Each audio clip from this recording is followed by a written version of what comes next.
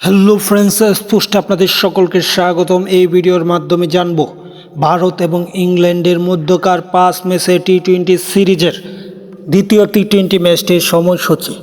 মূলত প্রথম টি-20তে আজই মুখোমুখি হবে দুই দল এবং দ্বিতীয় টি-20 কবে মুখোমুখি হবে এবং আয়ারল্যান্ডের বিপক্ষে টি-20 সিরিজ হেরে সে 5 ম্যাচের টি-20 ইংল্যান্ডের বিপক্ষে কেমন খেলবে তাই জানবো। তার আগে যারা চ্যানেলটি সাবস্ক্রাইব করেননি, আশা করি চ্যানেলটি সাবস্ক্রাইব করে পুরো ভিডিওটা দেখবেন।